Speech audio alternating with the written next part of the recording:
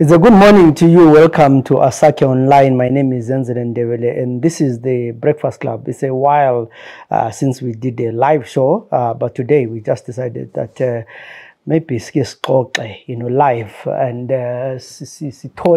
your input as well. Yes, of course, this is a live show, so you can comment, ask questions, pose questions, your ideas, your views, and we'll try by as much as we can to read some of the comments and ask some of the questions. And today our guest is Senator Khaliphani Phugeni. I think in the last few months, most of you knew Phugeni or have known Phugeni as at some point he was a spokesperson wa Chabang, or was he? Who hear that from him, but he has been a senator in the last parliament, and he has been active in politics for a while. But we want to know from him, the political situation. What's the future for himself and for Zimbabwe? The Senator, welcome to the program. Thank you. No, to you, and hello to everyone wherever they may be watching from the world. I tried to be as inclusive as possible, but maybe for I think for a number of people, they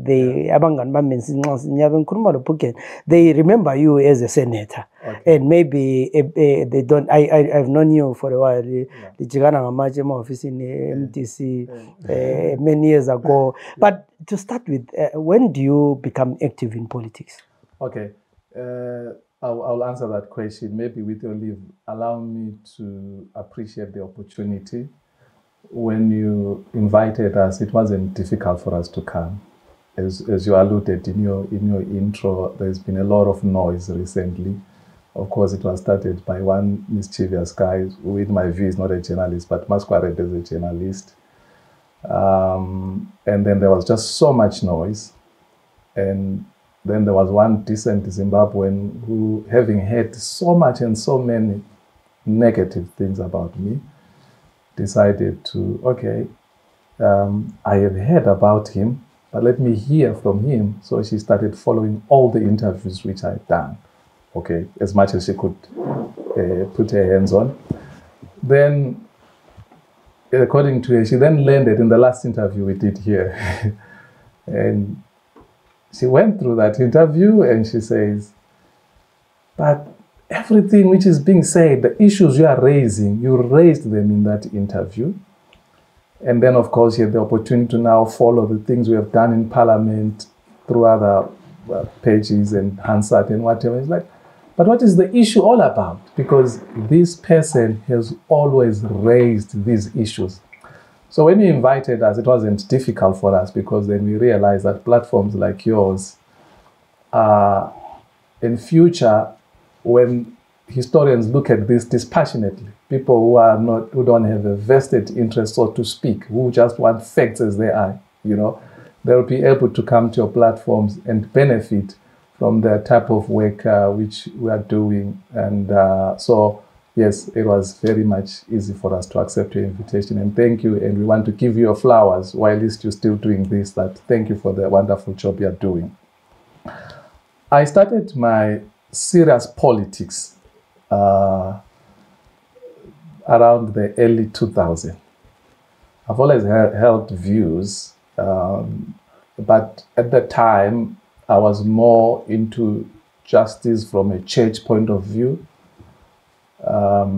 But when President Tsvangirai was arrested for that sham treason trial, I decided to get involved. So at the time I was in Europe. I got involved here and there, and then I moved back to Africa. This is mid-20s or so. Then that's when I really got involved.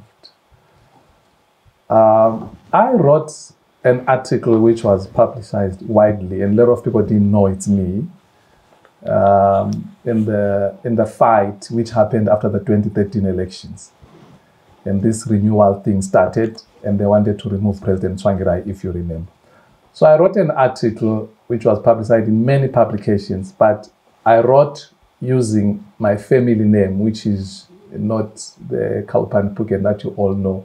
So I used it because, as I said to you, I was transitioning from church, and I was a prominent preacher at that time, and I didn't want people to confuse church and politics. So I wrote an article under part of my family name is Zenzele Ndebele, part of, you know. So then I wrote that article under Zlailo Muhle. So it went viral, talking about Tsvangirai is not the problem. If anything, he is the solution to what we are dealing with. And so I came into prominence after that article, but already my structure in Johannesburg already knew me.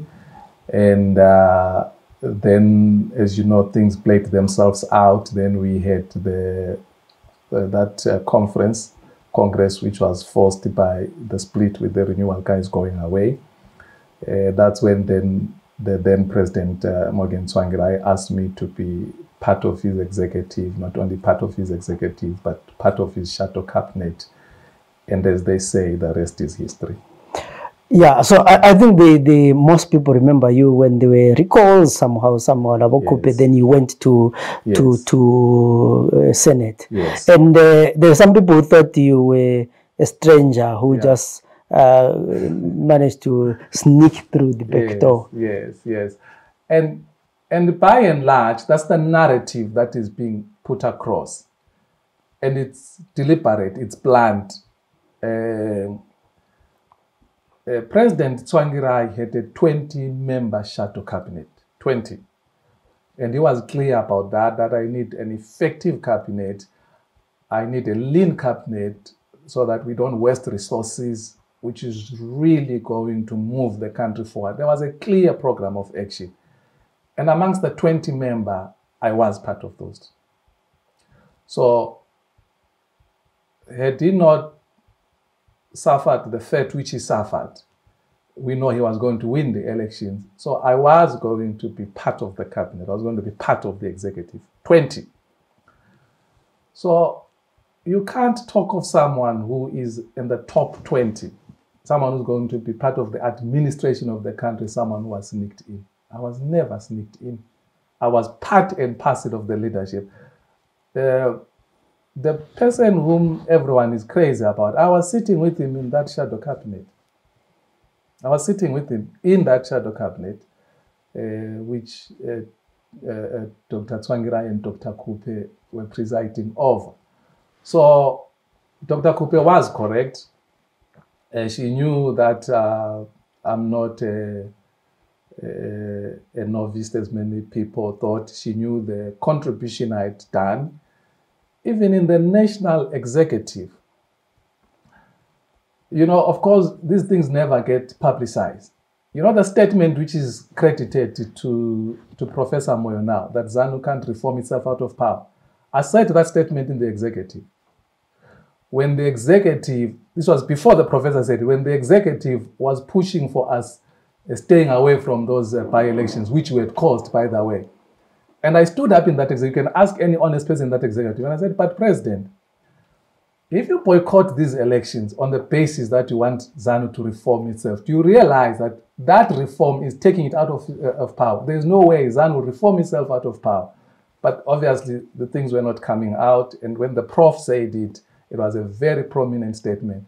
But there is a lot of work which we did in that executive, which made the president, in his wisdom, realize that he needed our input, our contribution in the event that we end up running the country.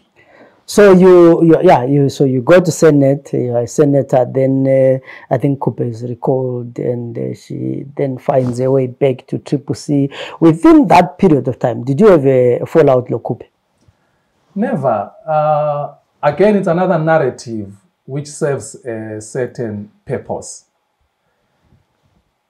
There are things you know which the general public don't know. My relationship with Dr. Kupe, we've been in these studios several times, cleaning up some of the direct misinformation that would have been said about her.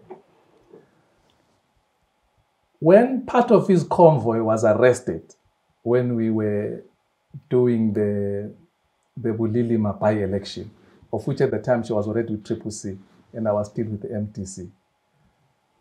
the person who spoke to all of you that Dr. Kupe's part of the convoy has been arrested and the car confiscated, which was Maplanka's car, it's me. I'm saying this, of course, you guys don't have the right to tell the public, but it's me who told you that. You know it. Studio 7 knows it. Newsday, Daily News, everyone who spoke, they spoke to me.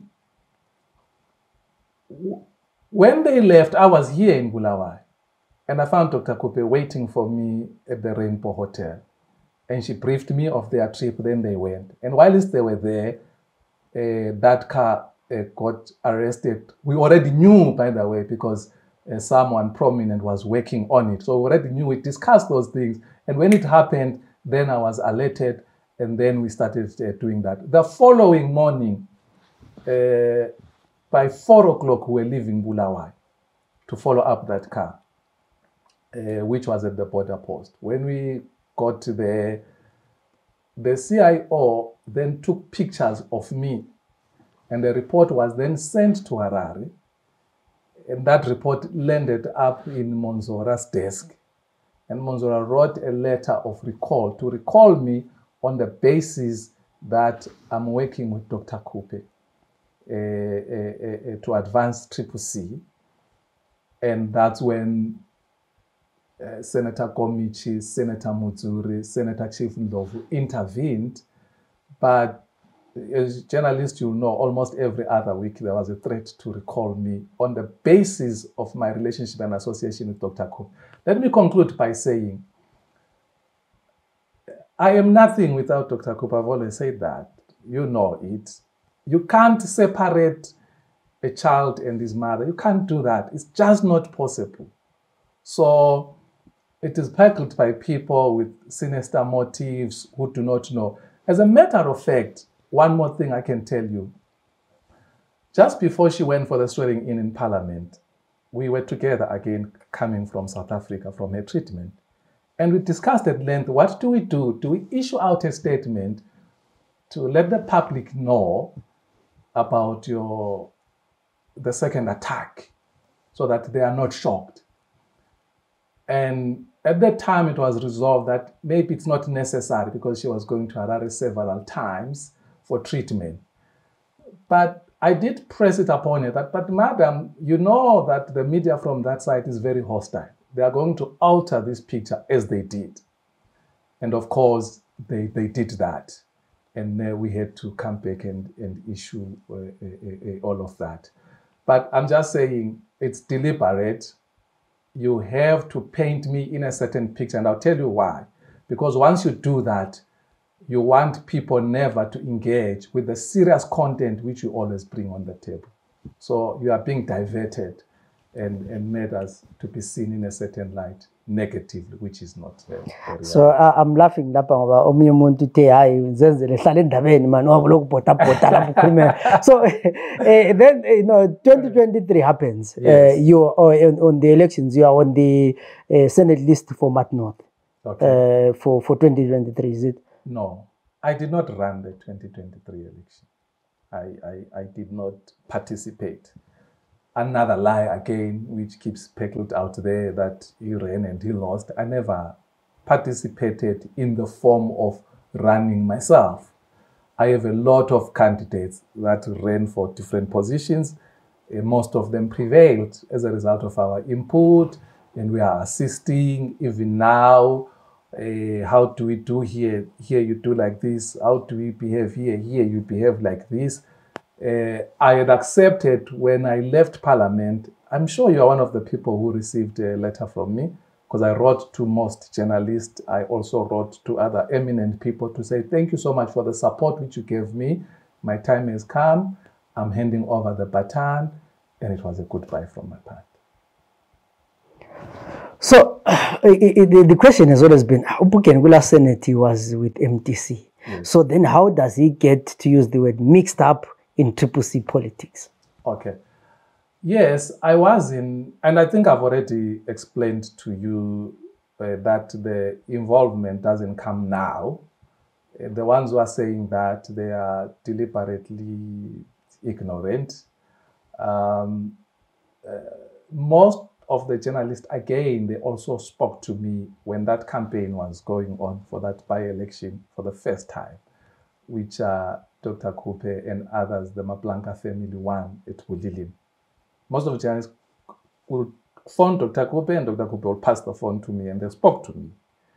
So I'm just trying to say, the involvement does not come now as many people want to suppose. But the sad thing is, even journalists who should know better, the public I understand, because it was never publicized, but the journalists know better. But then again, I was with MTC together with Honorable Moleket, together with Honorable Sikala, with Honorable Mamombe, with Honorable Chamisa, which is Damen, with Chamisa's aunt, or Mamman. I was with, the list is endless. Honorable Moyo, Charles. I can count Honorable Sitole. The list is endless. There were many of us who were there. And in my case, I can speak for myself. I can't speak for others. Let me speak for myself. For myself is eminent people in the country, predominantly in Bulawayo, who approached me and say, we have lost Dr. Kupe. We have lost Honorable Mguni. The last thing we can do is lose you. We understand this is humiliating what you're going through, and it was humiliating most of the times, but we're asking you to stick with this humiliation on our behalf, because if you leave, we will have no representation. And I think I did suck it up on their behalf, and the contributions which you saw in the Senate, they would have never happened. One of them, which I'm very proud of, the issue of kicking out of children who come from disadvantaged families without, who don't have money for school fees. You know that when we raised the question and the minister made it clear that any headmaster or any school that kicks out a child because of lack of school fees, that leadership, you can take that to the police, you can report to the ministry, there will be disciplinary action taken. So I'm very proud of that. And if I had walked away, as others did, all of that would not have happened. So your explanation will be, yes, I was in the MDC like everyone else, but at that particular time I was Triple C, and we moved to Triple C when the others did. I actually view these things differently than most do, because I think the distinction which people want to make around the opposition movement is fictitious. There is MTC. So this whole thing, PDP, Triple C, 99, what, MTC, Green, all of that I think is fake. There is the ruling party, and there is the opposition in Zimbabwe. And this opposition gets fragmented along the lines, because even as you talk about these labels and whatsoever, no one wants to talk about the ideology, about the philosophy. What do you stand for? Now, if you go into my record, you will be clear. When the government passed that draconian law of making sure that health workers do not have a right to strike, go and look at our input there. Go and look how we debated that. Go and look how we debated the issue of Pokraundi, the marginalization of the people of Ndebele land, the marginalization of women. One of the proudest things we did was to debate on behalf of our children who are born with 2 sexual organs, who are forced into surgeries as children. And some of them, as they grow up, they suffer psychologically. Where is the harm in letting them grow, and then when they are grown up, they make a decision? Where is the harm in that? Than putting these children under these forced surgeries, and then when they grow up, they suffer a lot of psychological difficulties. We debated that. There are many, many other issues I can point to. And so, to me, that should be more important than whatever label you want to attach. Yeah, I wish Zimbabwean politics was that level or that professional, but most of the times, I guess it's not about what you said in parliament. It's about what people assume. Like, usuke kukhuphe waya kumonzora, wasuka kumonzora, waya kuThamisa. That's the argument that you get when people talk. And you are saying opposition is opposition. But I want to ask you something. When was I ever with Monzora? I just want someone to pick a press statement or press conference which Monzora held and I was part of it. Or anywhere where they can point. What people are not happy with is that a party which I had fought for and lost so much. You remember when the president, by the way, went to Washington, was it 2015 or so, President Tsvangirai? I was part of the people that financed that trip. And the recalls which subsequently happened, which people blame on him, he did not do those recalls. He was in America, and the then Secretary General, who was Senator Monzora, did those recalls.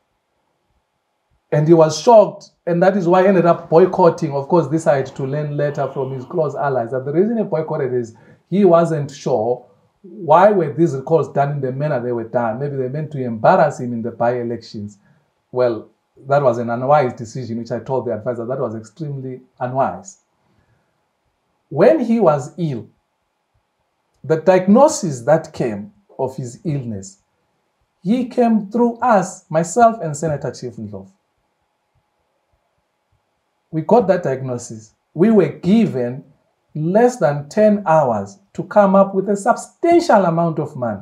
I think about $500,000 before they could touch him to save his life. And we did that. Now, you want me to give up all of that over what I call fictitious labels, because I had fought for this idea of a Zimbabwe using that vehicle of the MTC. And when that vehicle got me to a platform that allowed me to further this, this agenda, why do you want me to just walk away? That would be selfish in view of being approached and asked that you are doing a great job for us. Can you please stick it there? And I'm saying, you go back to that Hansard. You go back to all the videos which you've taken. You look at our contribution in Parliament and impeach any of it. It's not ordinary contribution. Last time we spoke about it here. We did that contribution. We were attacked by the minister, attacked on behalf of the people. And I was defended, and I thank our colleagues in Harare when the minister said, don't make yourself a spokesperson of Matebele. And then the Harare people said, no, you're not a spokesperson of Matebele, he's our spokesperson as well. So I'm just saying, I accept that people are shallow like that. But at least when you speak to me, don't subject me, and I don't mean you, I mean the people. Yeah, don't subject me into the shallow thinking, which that is not politics. I wouldn't waste my time dealing with that type of politics. If you're going to engage me, let's deal with real issues. What are real issues is it acceptable that in this day and age, people are made to fight over boreholes in the city? We should be dealing about getting rid of boreholes in the rural areas. People are fighting about boreholes in Pumula South. That does not make sense to me. Is it acceptable that in this day and age, there's no water even in the suburbs in Bulawayo for 2 solid weeks? Is it acceptable that our people are subjected to such levels of poverty where just one individual just wakes up in the morning, I'm giving so and so a car, I'm giving so and so a car, we're celebrating that? Where is that money coming from? It's like fetcher of some sort. That's not a country that we want. We want a country where people's dignity is restored. Let's talk about that. For me, that is the politics I want to be engaged in. So let's talk about the most talked about men, Thabang. Okay. How do you get involved with Thabang? Of course, I know Thabang because he is an opposition person like myself. So I'm smiling because I almost said something which I'm not sure I should have said. But the first time I had a meeting with Chabang with very few people involved. When he texted me, I think it was 2020, not 2020, I think it was 2021. So there were eminent politicians from the region that gathered, and he texted me. He was tasked to bring them together. I was also tasked by Dr. Kupe to facilitate from those that follow Dr. Kupe. So that's where this thing started. So from an ideology point of view, myself and the interim SG have always been singing from the same hymn sheet. So the politics being dynamic, that initiative goes and then dies its natural death. And then our paths were to cross again leading up to the elections, when he raised the same issues which I had raised here, by the way. I'd raised them here. I'd raised them in Parliament. I've always raised them. If you follow me as back as the early 2000s, as I'm saying, you realize that there is no difference in my messaging. Stop the marginalization of the people of Ndebele land, the women.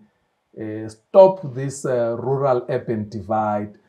Take care of the poor. That has been basically my message. So Chabang does that interview with Chisa, and they do the interventions which they did. And then we come across, and I make it clear that I'm behind you, I'm supporting you, and I agree with this. So these are the double candidates for the July 2020. More than the double candidates, but there was really a fight. But like I said, our people just like to go for the low-hanging fruit and just pick the easy thing. But really, the issue is far greater than that. Is that let's go back to real politics, the founding principles and the values and the character and the nature. You just have to go to the real constitution of the MTC, of the 99 constitution or 2000 constitution. You will see that the things are clearly captured there. So all of this happens, and then out of the blues, we get a report that, and with evidence that Chabang has written to Parliament recalling people. And then Studio 7 is looking for people to comment on this. So they get my brother Mlalazi from South Africa to comment pro-Chamisa's group, right? So they need someone who can have a different view. So then I come in to say, we raised these issues leading up to the elections, the issue of marginalization of the people. And then I raised the issue of, look at what happened to Umamu Chabalala. When we have a mother reduced to tears because you are marginalizing her people and you are treating them in the manner you are treating them, and God fights back for her, don't be surprised. So when that comes across, obviously the interim SG then realized that indeed we are speaking the same language. And then that is when then I was then asked to start doing the communications for him. And then, at a certain stage, then they threatened him. The media houses started shutting him off. Then he was threatened with violence, and then he had to disappear from the public. And you know me, I can't help myself. So when something happens like that to anyone, I'm going to jump in right there. So there I say, besides that, I agree with some of the things you are saying. The mere fact that you are threatened with violence when it's a political disagreement, I'm coming in there. The mere fact that the media houses are shouting you out, I am a media house myself. I'm going to talk until they give you attention, and then that's how we got to where we are. So fast forward, there are by-elections. There is everything else that happens, and now Chabang is in Senate, and the comrades who feel strongly that they were with Chabang and they were not, included in the Senate. Do you feel aggrieved that Uchawang took himself to Senate and you guys were not rewarded, if I were to use the word? No, and thank you for asking the question, although you don't want to go direct to what has been put into circulation. I'm a very vocal person. I criticized President Tsvangirai. Very, very powerful man. I criticized him within the MTC. When I was in Parliament, I criticized the government of the day. I did not stop there. I criticized the president. I just don't insult, but I raise issues of the people. So if I'm aggrieved, surely I would be able to tell the SG that I'm aggrieved by A, B, C, D. But the mistake that the public makes is that when they get to know about things, they think that's when I also get to know about things. No. By the time the things reach you, you know about them. I already know about them because of the proximity to the power. In any event, before anyone goes to Parliament, right, you have to submit your original long birth certificate.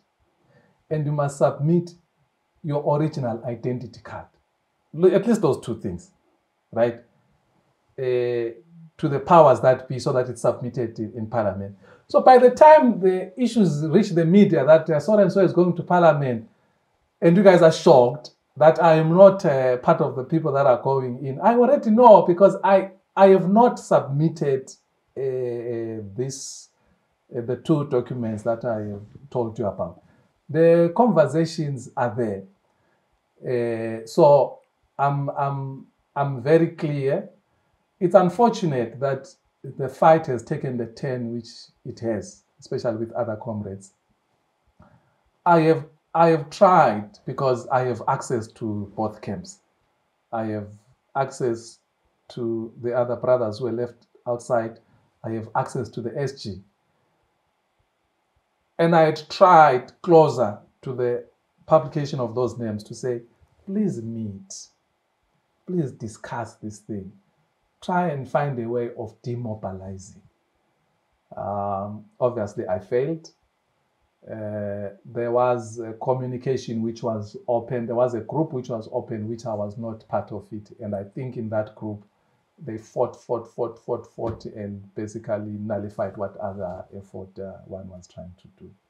Yeah, maybe for those who don't understand what we're talking about, obviously there is the Umhlanga, Albert Mhlanga, Osiso, who I think have gone to the extent of writing to Parliament saying that they are recalling Uchabangu, maybe Lawopulu, because they feel like they had done most of the work and they deserved to be there. And Kusampini will be saying those are the spoils of war, but are these the spoils of the divided opposition? Okay, let me go back and address this issue. You know, then I think the narrative is being set somewhere, and then our people fall for it. You know, initially when we started, we were talking about that. A bigoted tweet by Blessed. And then one of our people, Mlungisi Dube, jumps into it in a desperate attempt to please those bigots from Harare. He jumps into it. Not only does he insult me, he insults my entire family, even my forefathers who are dead now, and even my children and my family are yet to be born, because he goes there, he completely changes our identity and our family name. Gets too excited and too carried away. Doesn't even have the decency to say, let me get his numbers and find out from him. Gets carried away. They screenshot this thing, they spread it around, he gets excited for a day or two, it has died out. I wish our people can learn to resist the pressure. to fight each other on issues where they can discuss. Even talking about the broader politics, you spoke about the opposition politics. The politics in Zimbabwe, it's the ruling elite. When I talk of the ruling elite, I'm not talking about ZANU. Because ZANU, in my view, also is a vehicle that is used by the ruling elite. There is the ruling elite, and there are few that are pushing commercial interest. And so these few are controlling. They are controlling ZANU, and at the same time now, the demise of President Tsvangirai has allowed them to control the opposition. So what you call opposition is not opposition. What you call opposition, it's those people who are put there to serve commercial interests. Let me expound on that, because if we leave it here, a lot of our people are not going to get what I'm saying. Explain to me how an opposition leader, and here I'm talking in the form of Chamisa, goes to court and argue in court on behalf of Zuba, right? And his argument is that, and he was with Advocate Thabani Mpofu, and his argument is, I raised it in the NEC, by the way, and President Tsvangirai defended him. And his argument is that workers, and the party is pro-workers, can be fired with just a 3 months notice. And he prevails. As a lawyer, he prevails. Now, there is a Zimbabwean, I think she was at Oxford, her name is Fadzai Madzingira. She writes something in the August of 2015. So if you Google her, you will see her paper. She says, the judgment of the Supreme Court of Zimbabwe in Nyamande and another versus Zuba Petroleum, SC 43, this is Supreme Court 43/15, handed down on 17 July 2015, has led to the termination of more than 6,000 jobs in the last week. In 1 week. Right? She didn't even compute from the time the judgment was ended that just in 1 week, in that August, over 6,000 people lost their jobs. Now, work it from July 2015 until last year when we changed the law. How many people lost their jobs and how many families lost their livelihoods?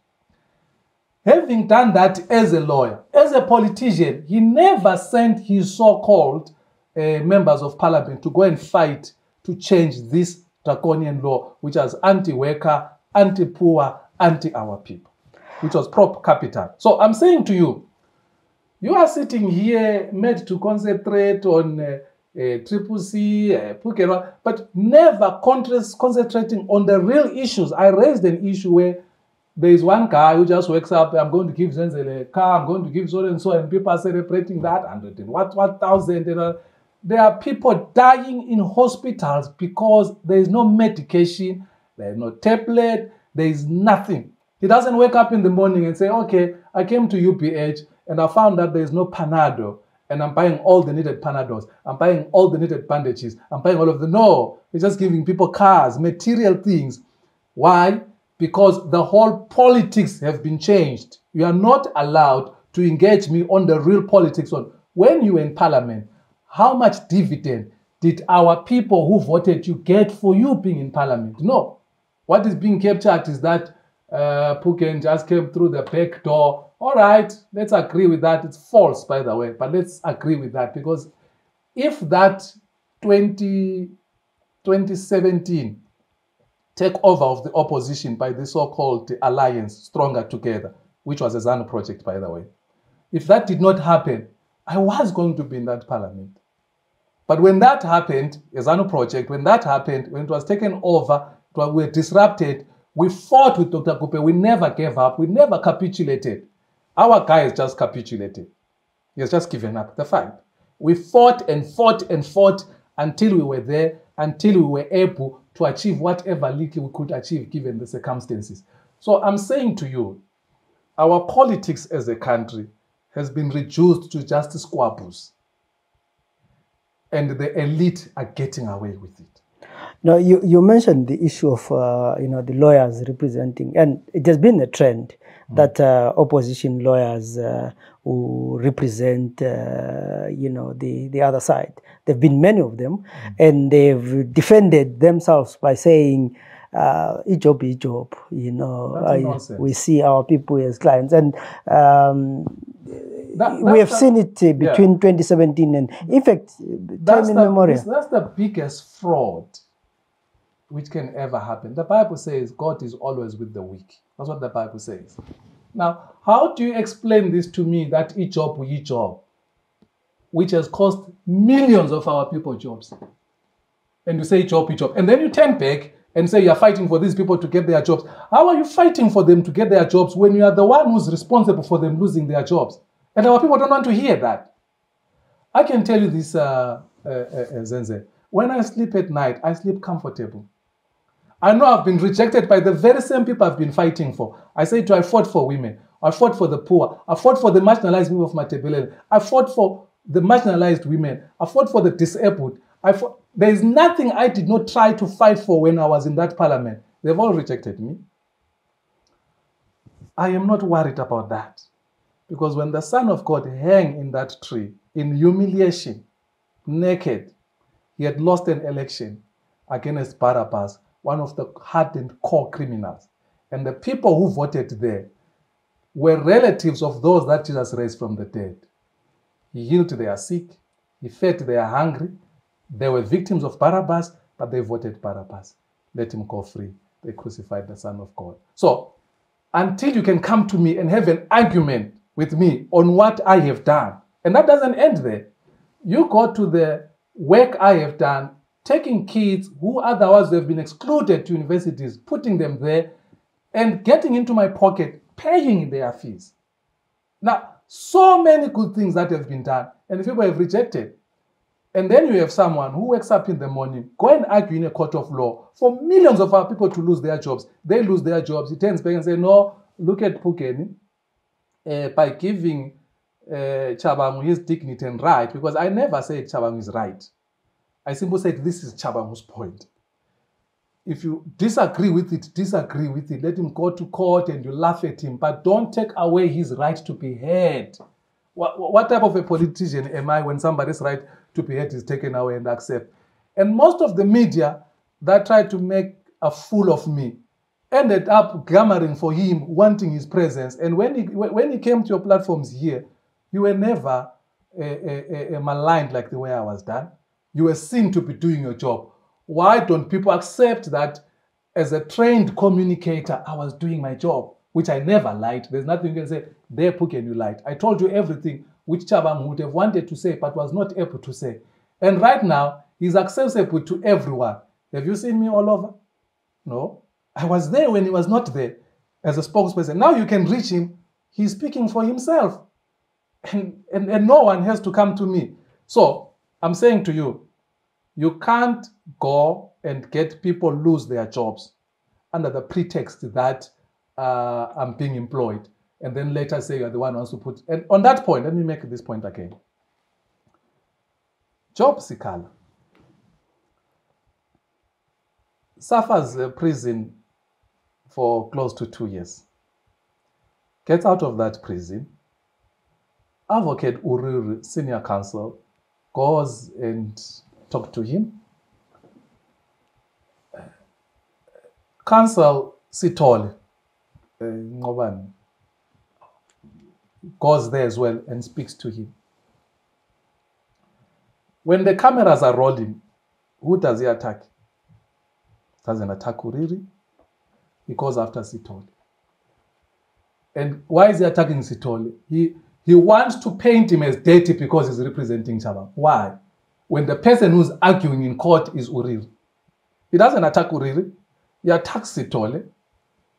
And then 2 days later, he claims that he's going to deliver this country. God said he mustn't wear a suit and many things. Now, if you're going to deliver this country, you're going to care about everyone else. What Sithole was doing was, he was going to sympathize with a senior lawyer. He's just a lawyer. You don't confuse. You learn this at legal school first year. You don't confuse the lawyer with the client. The lawyer is not the client. The lawyer is representing the client because that's what he's trained to do, right? So you sit there, and then he comes out of there, and he attacks Sithole because he sees him as a weak target. And then he turns back, he comes here, he now wants to lead the country. But there are people whom he doesn't represent. So someone might, I hope this will be the last on the issue of lawyers. Someone would be saying, if those people who represented Zuba would say, but don't confuse us with Zuba, we are just lawyers representing a client. No, it's okay. I agree. That's why you see I don't say much about Advocate Thabani, right? But I'm talking about the leader of society. You have taken an ideological position that the establishment is against the poor and you are fighting for the poor, you are fighting for their rights. I'll give you another example. How many times have the opposition lawyers said ZANU is corrupt? This corruption is causing so much havoc, blah, blah, blah. Then the Mnangagwa government charges them for corruption. Once it charges them for corruption, they stand up, my brother, with their suits and their black gowns and their white collars and like, no, this person is not corrupt. It's a lie. Now, that's speaking with a forked tongue. I have taken a position that I will fight for the poor, that my voice is for the voiceless, that I am a president of the poor, the voiceless, the marginalized, the downtrodden. That's the position I've taken. You will never find me fighting for capital. I will never. I am happy that according to Martin Yarare, that guy, he says the removal of the sanctions, even though there are left a few people in the executive, but the removal of those sanctions against Zimbabwe as a country means a new era. It means Zimbabwe will prosper. It means all those ills are now gone away. I want to believe him. I hope now we won't have all this excuse of sanctions, because according to him, who, by the way, has been a champion fighting the sanctions, says Zimbabwe is now being removed from sanctions. Zimbabwe as a country. And our people are going to what? Are going to prosper. But the point I'm making is you can't have your cake and eat it. Fight against the establishment and at the same time defend the establishment. I can't do that. So, Phugeni, we have talked a number of things, and everyone will be saying, or some people will be saying, but we are just starting the 5 years as a parliament, yes. And what's the situation for the opposition right now? What needs to be done for the opposition to speak with one voice? Well, I don't know if you're exposed to Brett Hawley, I think. Professor Moyo shot his recording. He recorded a small clip. I know the guy personally. We've met him and his partner several times with Senator Khaliphani. And this is what he says. In short, in summary, he simply says there is no opposition. One way ZANU versus one. I agree with him. So you're saying there's no opposition? There's no opposition. Why do you say so? In 2018, when Dr. Kupe was fighting for the constitution, the values and everything that was in the founding documents of the movement, the larger group maligned her, serious disinformation campaign against her. She was called ZANU by people who are ZANU. And today, the very same people are now said to be ZANU. Because what Chamisa is saying is his larger group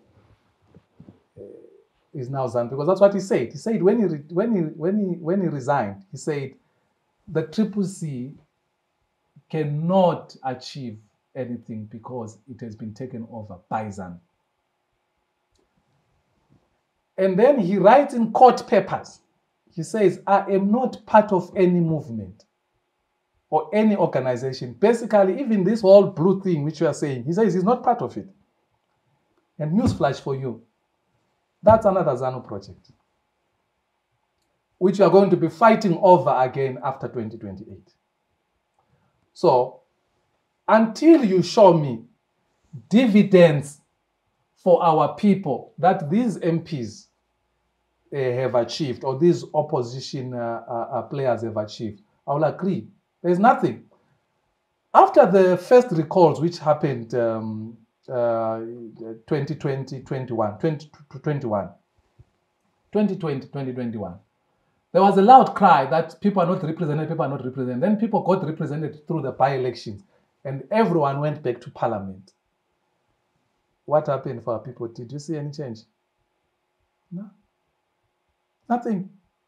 We're still in the same problem. No water, no employment, no fees, no fairness, no. Let me talk to you about the demolition of people's houses.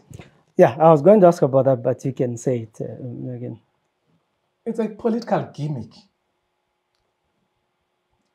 I wouldn't be surprised the few that got their houses demolished that somehow they're going to be compensated in one or the other.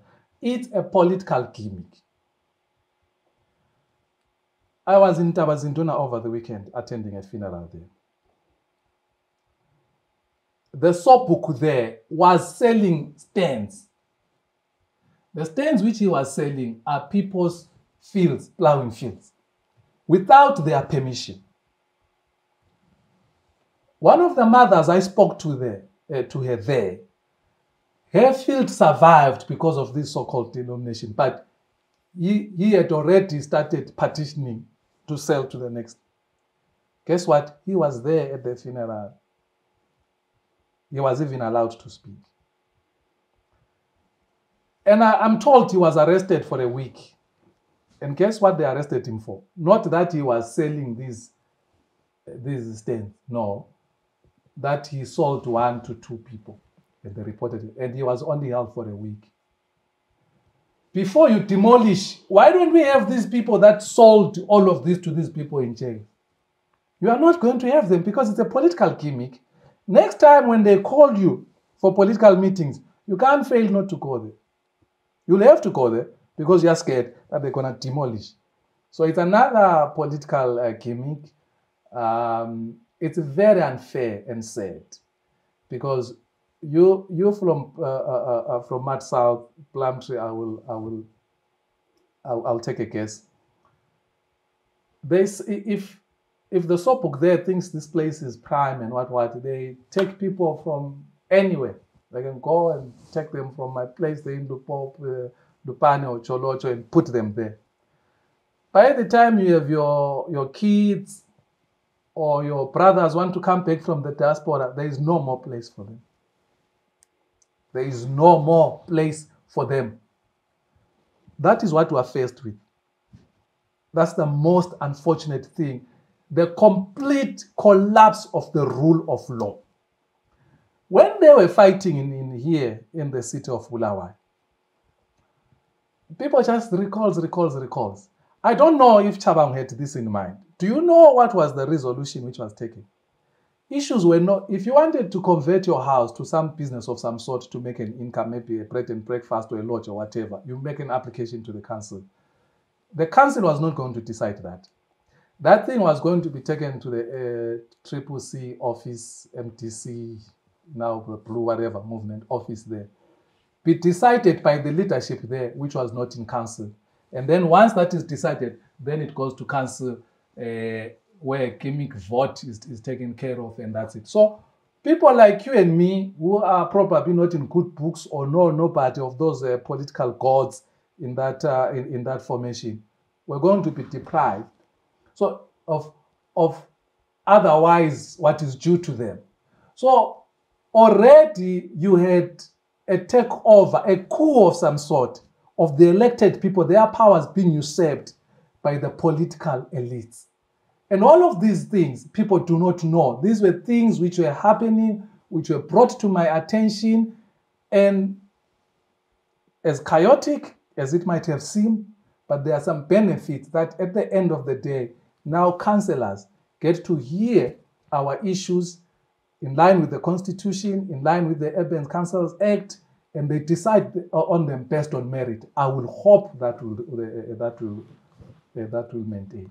I want to close the issue of the politics in terms of the opposition.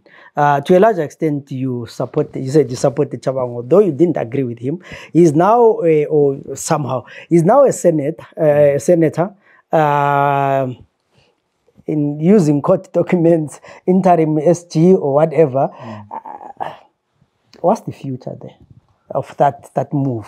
Do we see the end of Chabang, or he's going to, what's the game plan? Well, there are two questions there. You asked me about him as a senator, and then you're asking me the political side of it. I'll answer it this way. The senator side of it is the proof of the pudding is in the eating. So I think he was sworn in last week. So let's give him a chance. Let's see what's going to happen. The good thing about Parliament is that there is a Hansard where everything is recorded. So there is this whole hype about the people of Ndebele land and whatever. So let's see the agenda there. Let's see the program. Let's see what is going to be front and center. We'll see that. On the political side, I'm a bit skeptical. I think let's wait for the acting time of Honorable Pitt. I think clarity is going to come there. I think for now, with all due respect, I think the professor struggled to get to where he is. I don't think that whoever is behind this whole move basically wants him there, and I'll tell you why. I always give reasons for my views.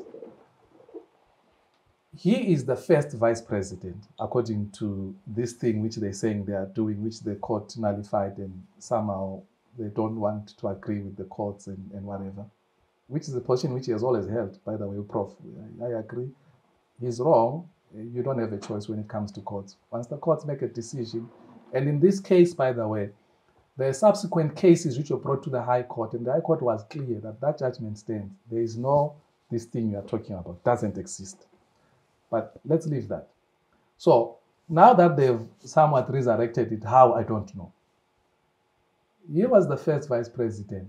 So the first day they told us that this thing is reverting there, he should have been acting, no question. There shouldn't have been this rotation, you see, which is the problem which was brought by the illegal appointments of Chamisa and Mutsuri, because it brought confusion and tensions and whatever. But if you have just a deputy, you know that when the leader is not there, then the deputy takes off.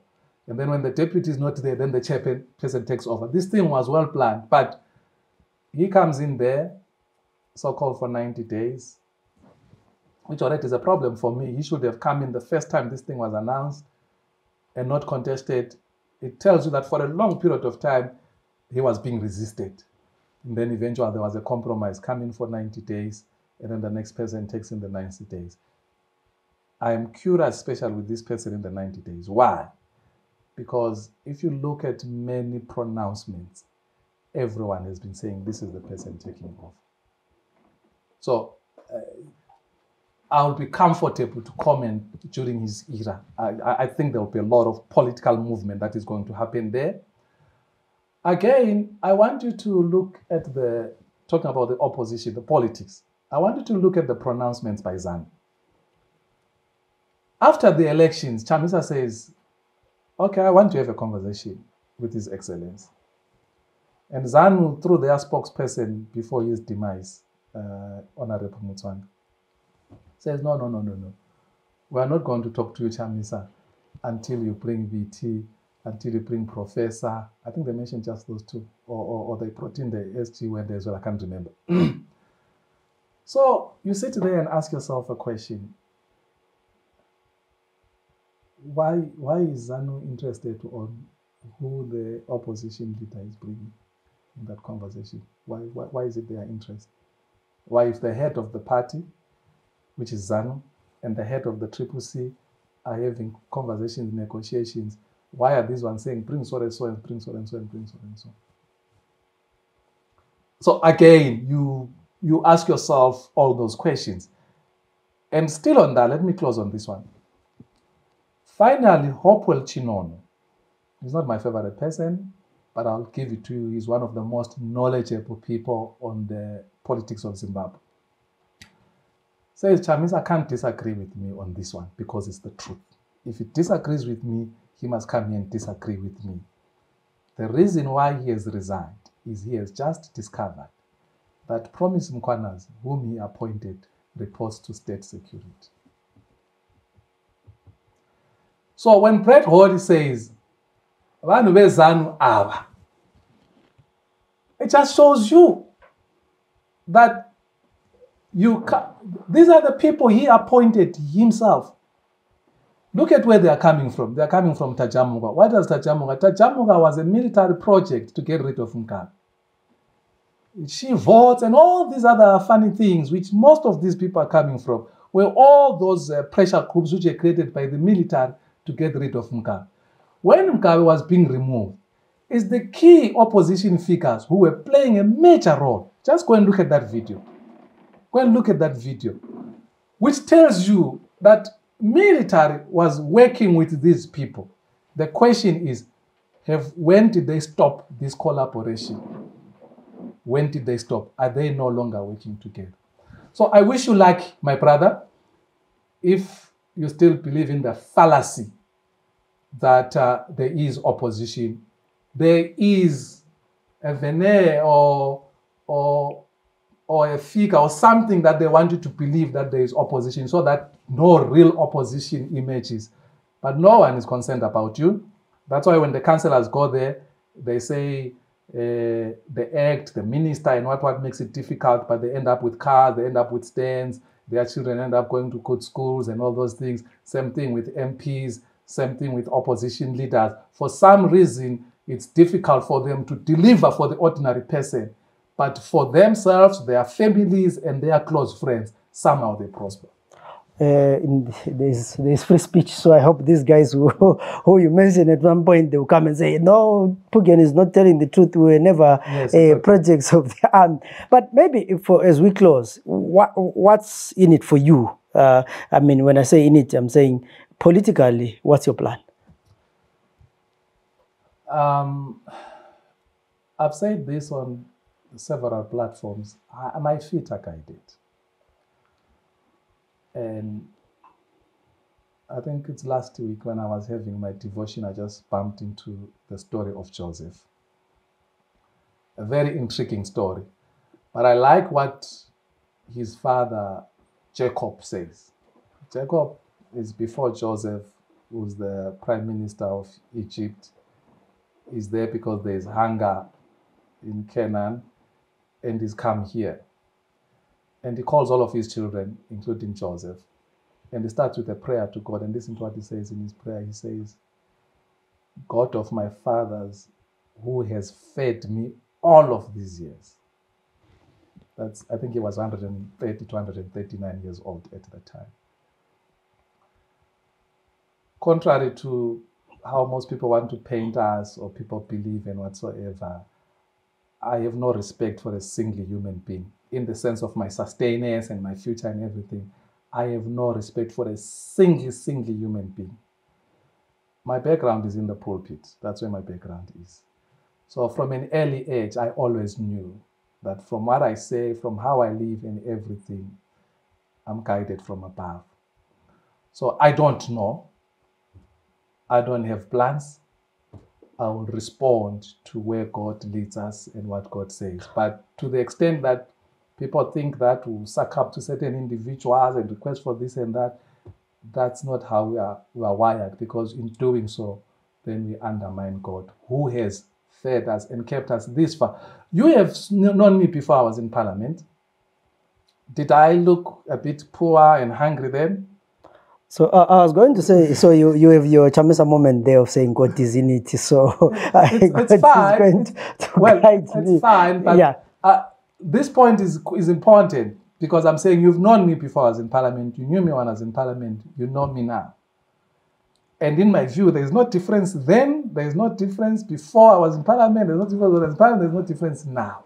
But Phugeni, you have plans. I'm simply saying I'm taken care of. Well, yeah, I know financially you are taken care of, but you have been in politics for a while. Politically, what's your plan? No, where do you go from here? I will keep fighting. I'll keep fighting for my people. Just as a way of example, last week, a family comes to me.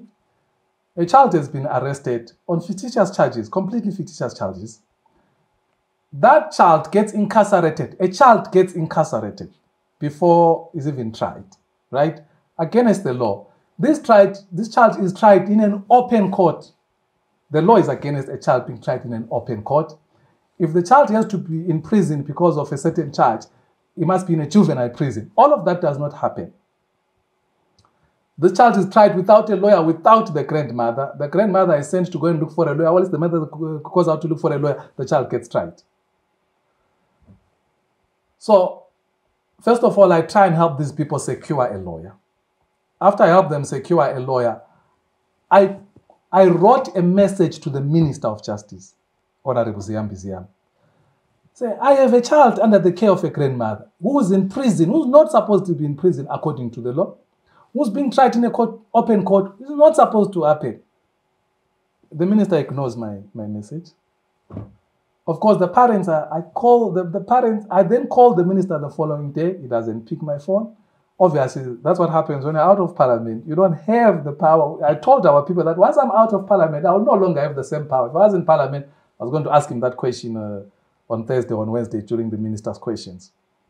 So then I said to them, the least I can do is to assist you. So I draft a letter for them to write to the chief magistrate. This case is happening in Plant. To say to him, why is this child in prison? Number one. Number two, why is this child tried in an open court against the law? Right? So, to the extent that I have capacity to do certain things, I will always be there. But if you're talking about electoral politics, it's way completely out of my hands. I'm a reasonable person. I also did some business, so I'm a bit knowledgeable. I don't waste my money over nothing. If it becomes clear that you are that unreasonable, you can't be persuaded by rationale, you can't be persuaded by reason, why should I run? Because these people are unreasonable. So I'll just stay away and do the legally which I can afford. So I hope I'm answering you. I will fight for people to the extent that I have ability because of my station, my current station in life. Electoral politics, it will be determined by how our people respond. If our people are still this unreasonable, if so and so chete, and it's not about issues, I'm not going to waste my time on that.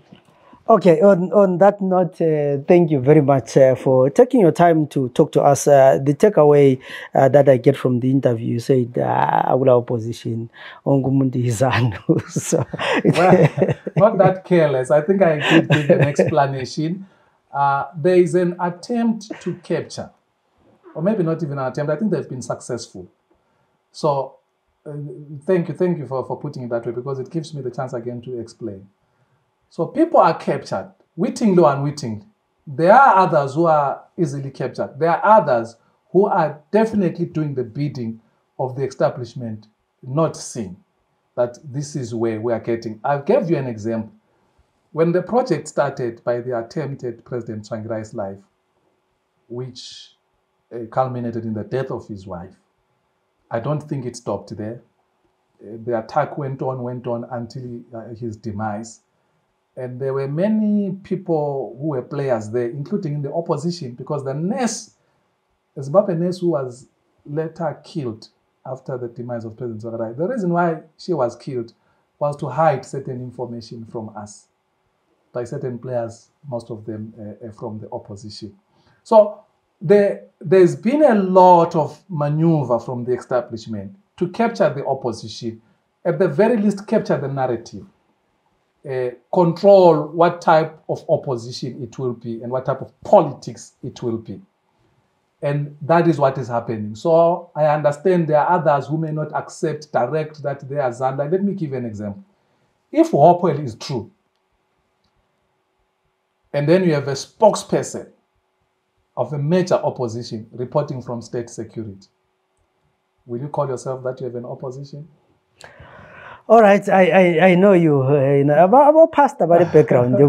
So thank you very much for joining us this morning. We're talking to Senator Phugeni, and we discussed a lot of things. What is clear really is that we have a challenge when it comes to the politics in Zimbabwe West with opposition politics, because currently, yeah, everything and at a time when the ordinary person needs the opposition to raise a lot of issues on what is going on. We are facing one of the worst droughts in history, and really this is the time where the opposition should be saying to government, what about food aid? What about this? Are we going to take care of this? But I don't see the opposition in its different fragments and variations and groups being able to take this government to account and for drought relief. Zizadliwa futhi izimali njenge-COVID, njengemali ze-COVID, and yeah, we'll be talking about scandals in this program. But we hope for the best, and we hope that at the end of the day, you know,